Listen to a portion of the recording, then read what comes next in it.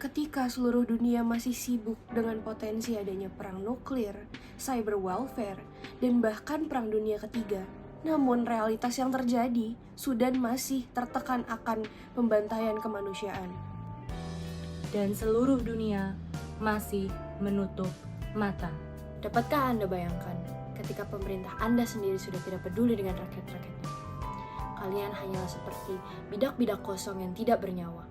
Sekarang, bisakah Anda bayangkan jika Anda dikorbankan demi kekuasaan, persaingan agama, perebutan sumber daya alam, hingga rasa etnosentrisme yang tidak ada habisnya? Dan itulah yang terjadi pada rakyat Sudan.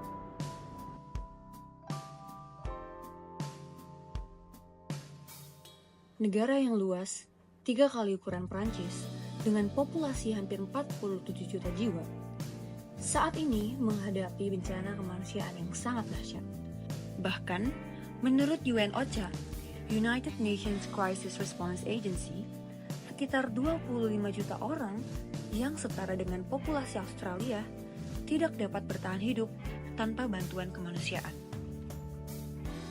Meskipun memperoleh kemerdekaan dari Inggris dan Mesir pada tahun 1946, Sudan hampir tak pernah benar-benar mengenal kata damai.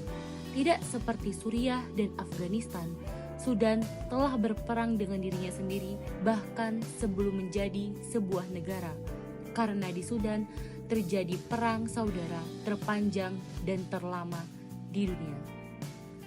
Sudan berhasil merdeka menjadi Republik Sudan di tahun 1956 setelah Mesir dan Inggris menandatangani perjanjian penyerahan kedaulatan. Kesenjangan internal yang mencolok antara wilayah utara negara yang lebih kaya, yang mayoritas penduduknya Arab dan Muslim, dan wilayah selatannya yang kurang berkembang, yang mayoritas penduduknya Kristen atau animisme, telah berhasil memicu perang saudara.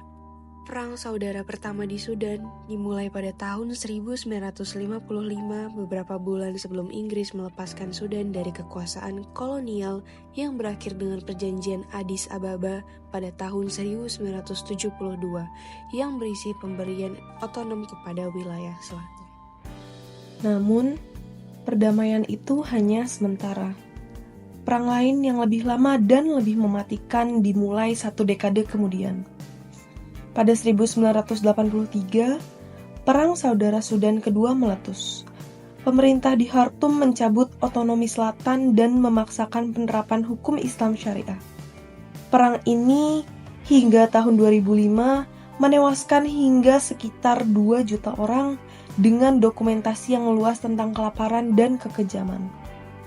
Karena kekacauan besar ini, pada bulan Juli 2011, wilayah Sudan Selatan memisahkan diri hingga membentuk negara baru Republik Sudan Selatan berdasarkan Comprehensive Peace Agreement. Namun, apakah pemisahan wilayah ini membawa kedamaian? Sayangnya, tidak semulus itu. Sudan tetap menjadi negara otoriter di bawah kepemimpinan Omar al-Bashir. Sementara, Darfur, Kordofan, dan Blue Nile tetap bergolak.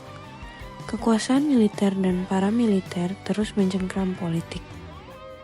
Kediktatoran Omar al-Bashir mendefinisikan periode pasca kolonial Sudan. Sebagai presiden, ia mengawasi Perang Saudara Sudan kedua, pemisah diri Sudan Selatan, dan konflik Darfur. Rezim Bashir bertahan hingga tahun 2019. Pada dekade terakhir masa jabatan kepresidenannya, Bashir menghadapi protes rakyat yang semakin meningkat yang menuntut demokrasi.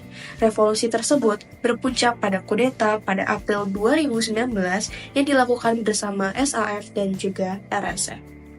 Namun, revolusi ini justru mengarahkan Sudan ke kehancuran lebih jauh.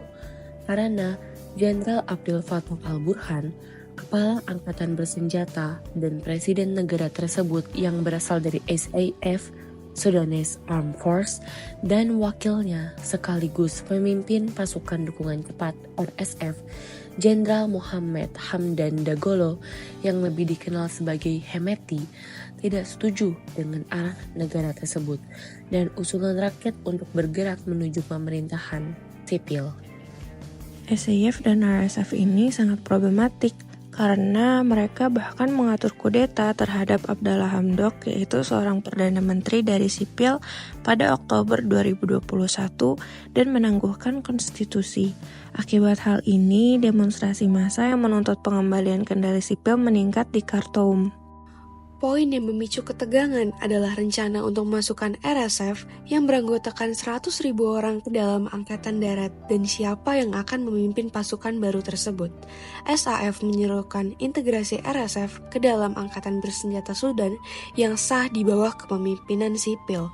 Namun, kesepakatan tersebut tidak menentukan batas waktu integrasi RSF ke dalam SAF karena ketidaksepakatan antara Burhan dan Hemeti.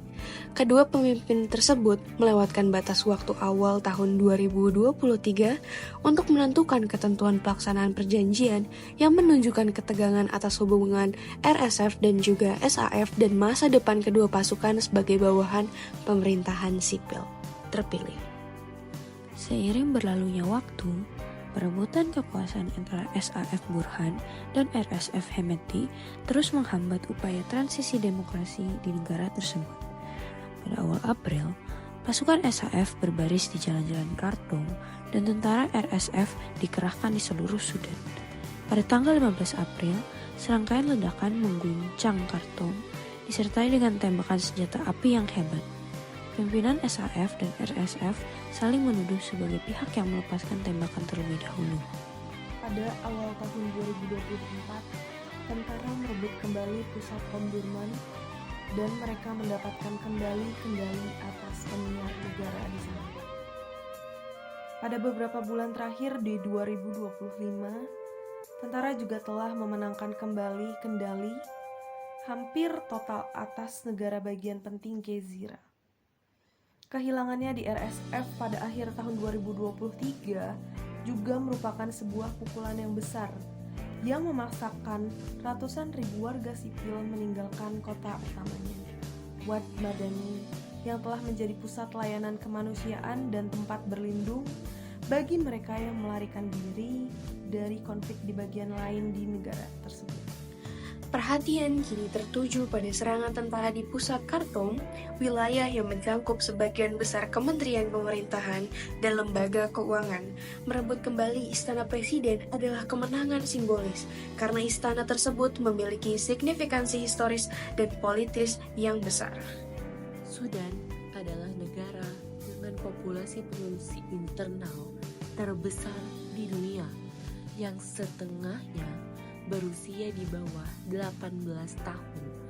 Di sana, lebih banyak anak-anak yang mengungsi daripada di negara manapun di bumi, dan 19 juta anak-anak Sudan tidak bersekolah.